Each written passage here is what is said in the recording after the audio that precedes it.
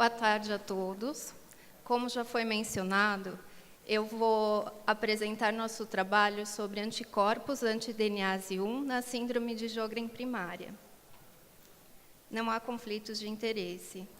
A síndrome de Sjögren primária é uma doença sistêmica inflamatória crônica, afeta predominantemente o sexo feminino e sua prevalência na população geral está estimada entre 0,1% a 0,5%.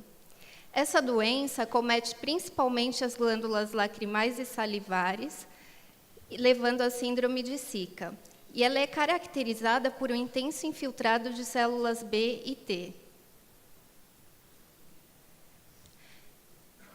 Em relação à patogênese da doença, dentre as possíveis causas se encontram a autoimunidade e a infecção viral. A autoimunidade é caracterizada pela produção de vários autoanticorpos, como, por exemplo, o FAM, anti-Rho, anti-LA e fator reumatoide. No que concerne à infecção viral, um estudo realizado pelo nosso grupo demonstrou uma maior frequência de anticorpos marcadores de reativação do EBV, que é o Early Antigen Diffuse, em pacientes com Sjögren, comparados com indivíduos saudáveis. O olho seco é uma das características mais marcantes no Sjögren. Desta forma, um estudo recente envolvendo pacientes com olho seco de diversas causas demonstrou uma redução na atividade da endonuclease DNase 1, principalmente no olho seco dos pacientes com causa autoimune. E esse mesmo grupo demonstrou, na superfície ocular desses pacientes, um aumento de debris e DNA extracelular e uma melhora com a utilização do colírio à base de DNase 1.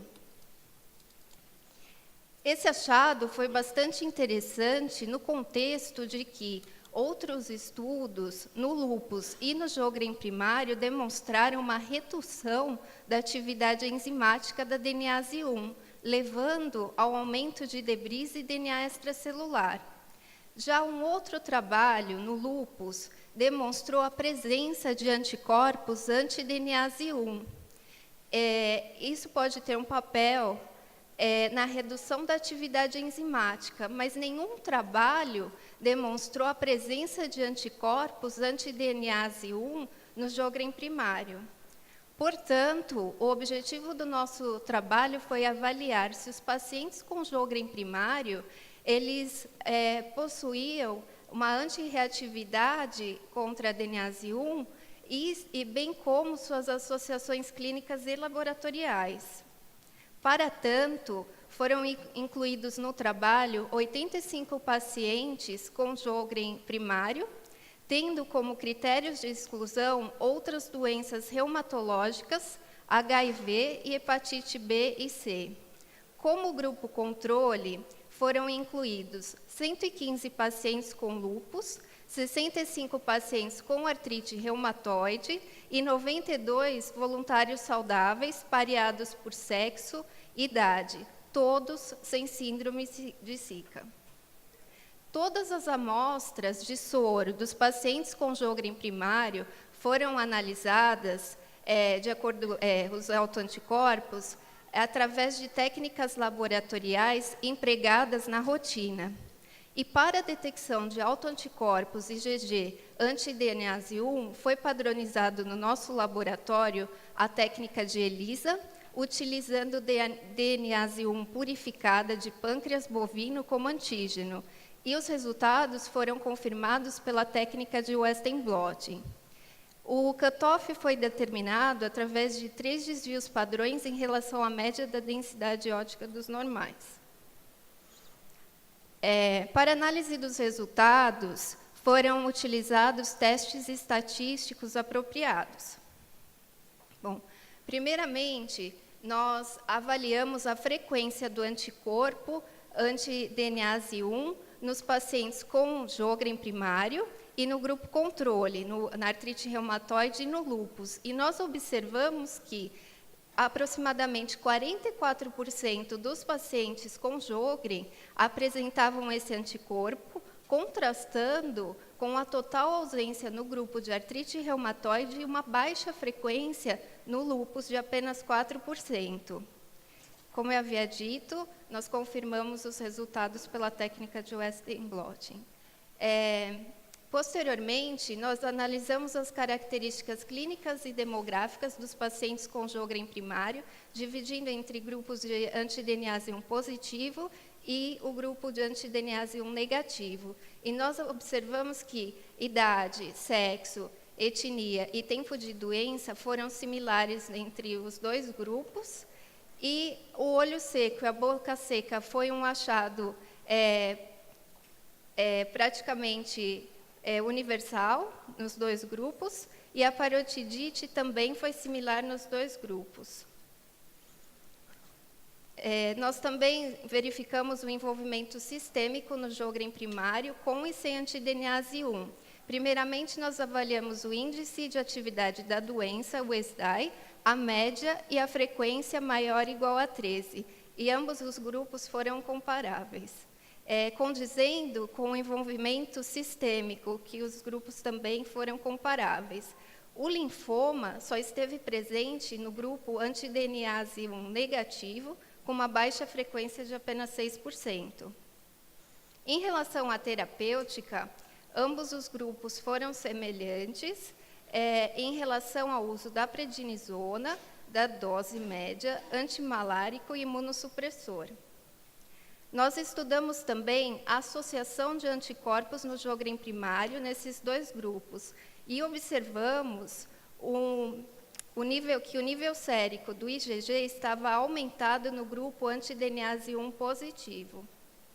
E, por fim, nós verificamos o perfil dos anticorpos anti-EBV no Sjögren nesses dois grupos e vimos que o anticorpo IgG, EBV, EAD, que é o Early Antigen Diffuse, lembrando que ele é um marcador de reativação viral, ele teve uma maior frequência no grupo anti-DNase 1 positivo.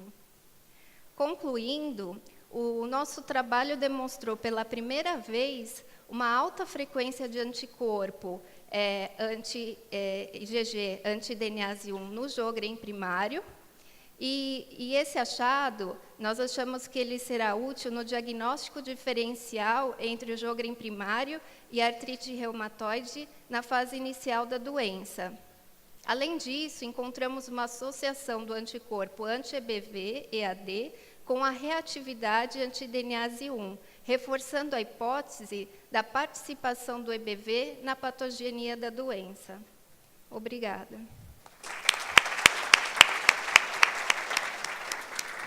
O trabalho está aberto para perguntas.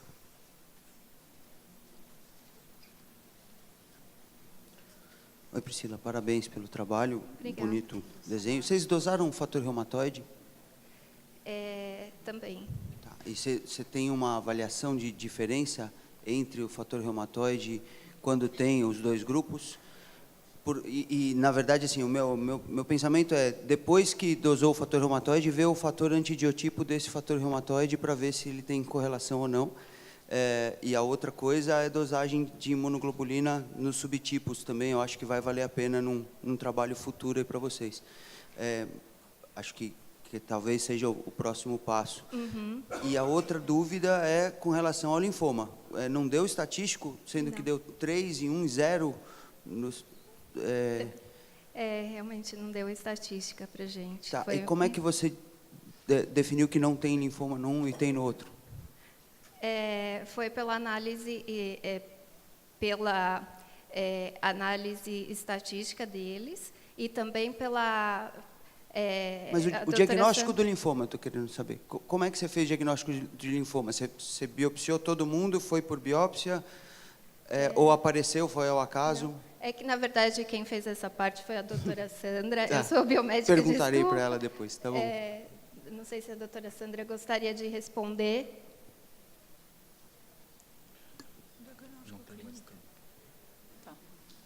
Todos esses pacientes estavam em controle regular no ambulatório de síndrome de Sjögren, então o diagnóstico de linfoma não foi por biópsia ativa, mas sim pelo segmento clínico, pelo diagnóstico clínico. Vamos. E o fator reumatoide também foi dosado e não houve correlação com os níveis de fator reumatoide.